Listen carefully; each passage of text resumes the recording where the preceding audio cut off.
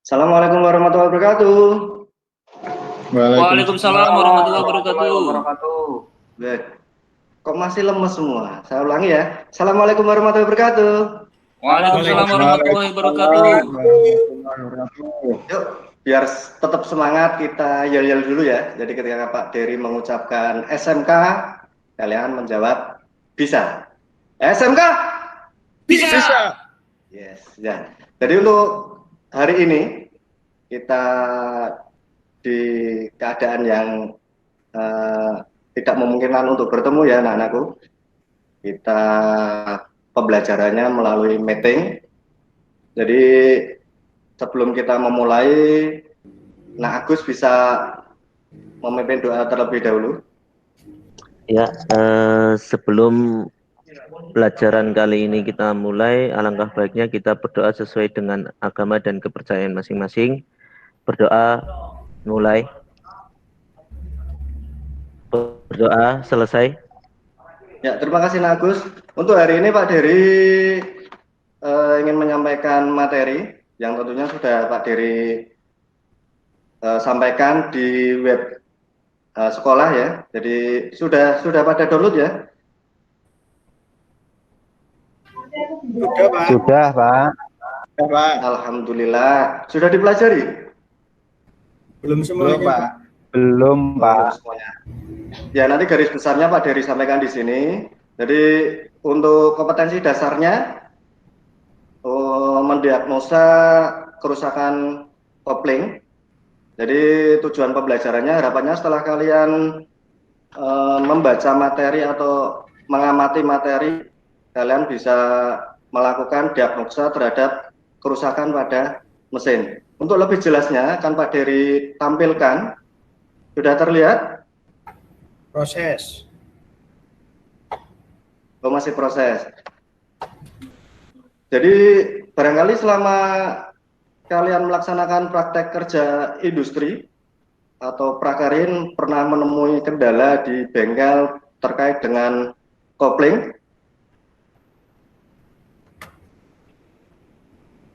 Tidak ada ya? Pernah, Pak. Ya, apa Nak Sarjino? Jadi dulu itu waktu prakerin itu pemilik mobil berkeluh kesah mobilnya nggak ada tenaganya, Pak. Ternyata setelah dibongkar koplingnya kebakar, Pak.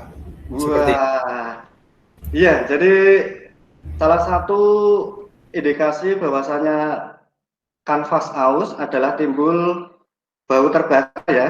Jadi ketika kanvas kopling sudah aus, maka akan timbul bau terbakar.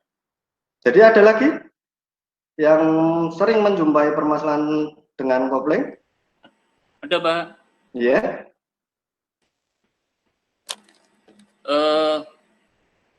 Ada indikasi ketika oper gigi rendah itu bergetar, Bapak, koplingnya. Itu apanya ya, Pak? Oh ya, pertanyaan yang sangat bagus dan bagus sekali ini. Ya, jadi ketika gigi rendah, kopling bergetar itu kebanyakan adalah kondisi flywheelnya, keolengan flywheelnya itu melebihi batas nilai spesifikasi. Jadi ketika pedal ditekan, tidak sepenuhnya menekan flywheel, pressure plate-nya tidak sepenuhnya menekan flywheel. Itu ya. Nah, Eko sudah jelas ya? Jelas, Bapak. Ya, untuk presentasi sudah keluar di layar belum? Belum, Bapak. belum, Pak. Gangguan-gangguan yang sering terjadi pada kopling itu biasanya kopling slip, kemudian kopling susah masuk, maaf transmisi susah masuk ya karena koplingnya, kemudian ya lain sebagainya dan lain sebagainya. Kemudian harapannya untuk hari ini kita melakukan melihat prosedur pemeriksaan terhadap komponennya ya. Jadi komponen-komponen kopling kita periksa, kemudian kita diagnosa jika ditemukan kerusakan pada komponen tersebut. Misalnya kita memeriksa release bearing. Oh, release bearingnya kok putarannya tidak lembut. kemudian kekocakannya juga semakin banyak. Apa yang terjadi? Nah, Okto, jika ditemukan pemeriksaan rilis bearing, kocaknya terlalu besar, kemudian perputarannya juga tidak lembut. Itu mungkin terjadi keausan yang berlebihan, Pak. Oh, terjadi keausan yang berlebihan. Jika itu kemudian digunakan di kendaraan, kira-kira apa yang terjadi, Nak Eka? Halo, Nak Eka. Oh, saya Pak. Ya, rilis bearing yang aus Oh. tadi masih terpasang pada kendaraan. Kira-kira Iya, apa Pak. yang terjadi? Nopo nggih Pak nggih. Saya bantu Belum Pak. tahu Pak, saya Pak. Oh, belum tahu. Iya Belum Pak. dulu mesti ya. Pak. Iya. Belum dulu ya. Saya bantu Pak. Belum Oh Pak. ya, Nak Sarjino mau bantu. Tuh, Nak Sarjino bantu. Apa? Tuh. Apabila pada rilis bearing sudah kocak masih tetap digunakan, nanti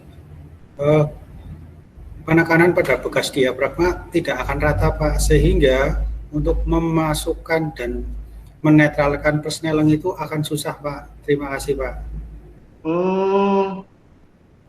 Ya, itu kalau misalnya kasus seperti itu biasanya bekas diafragmanya yang tidak rata. Tapi ketika kondisi bearingnya atau lakernya, laker ya kalau istilah bengkel mengatakan lakernya terjadi keausan, biasanya ketika pedal ditekan itu akan timbul bunyi yang abnormal atau berisik. Ya. Ya, Pak. Ada yang mau ditanyakan lagi terkait dengan permasalahan yang terjadi pada kopling sebelum Pak Dery akhiri? Boleh tanya, Pak? Oh iya, Nak Okto, monggo. Adik saya itu punya mobil, kalau posisi mau dimundurkan kok susah masuk, kenapa Pak? Ya, gigi susah masuk bisa dikarenakan karena gerak bebas pedalnya yang tidak sesuai. Kemudian kanvas koplingnya juga habis. Jadi kalau gerak bebasnya tidak sesuai, maka kita lakukan penyetelan terhadap unit koplingnya. Tapi kalau kanvasnya yang sudah habis, maka kita harus ganti. Mau tidak mau harus ganti. Tidak bisa diperbaiki. Itu ya. Sudah? Ada yang mau ditanyakan lagi? Ya, Pak. Nakto sudah paham ya? Paham, Pak, paham. Ya. Nanti tak bilangkan Pak D saya, Pak. Yes. Ada lagi? Cukup Pak. Tidak ada? Cukup? Cukup Pak. Ya, untuk hari ini kita cukupkan pelajarannya. Untuk lebih jelasnya nanti Pak Dery share LKPD perihal pemeriksaan komponen dan juga perbaikannya. Jadi di situ nanti ada lembar kerja yang harus kalian isi sesuai dengan materi yang sudah Pak Dery share di link sekolah. Jadi kesimpulannya adalah ketika komponen kopling ada yang rusak, maka secepatnya harus didiagnosa, kemudian dilakukan sebuah tindakan. Sebelum Pak Dery menutup kegiatan belajar hari ini, Pak Dery berpesan untuk kalian selalu menjaga kesehatan, karena pancaroba ya, pergantian musim. Kemudian tak juga lupa Pak Dery mengingatkan untuk kalian selalu mematuhi protokol kesehatan. Sebelum Pak Dery tutup, monggo Nak Hastowo bisa memimpin doa penutup. Ya, Bapak. Sebelum kita akhiri pertemuan sore kali ini, marilah kita berdoa bersama-sama, berdoa mulai. Selesai. Ya, terima kasih Nak Hastowo untuk memberikan efek semangat buat kita semua untuk selalu belajar. Mari kita sekali lagi yel-yel ya. SMK Bisa. Bisa. Ya. Sampai jumpa di pertemuan berikutnya. Wassalamualaikum warahmatullahi wabarakatuh. Waalaikumsalam warahmatullahi wabarakatuh. Warahmatullahi wabarakatuh.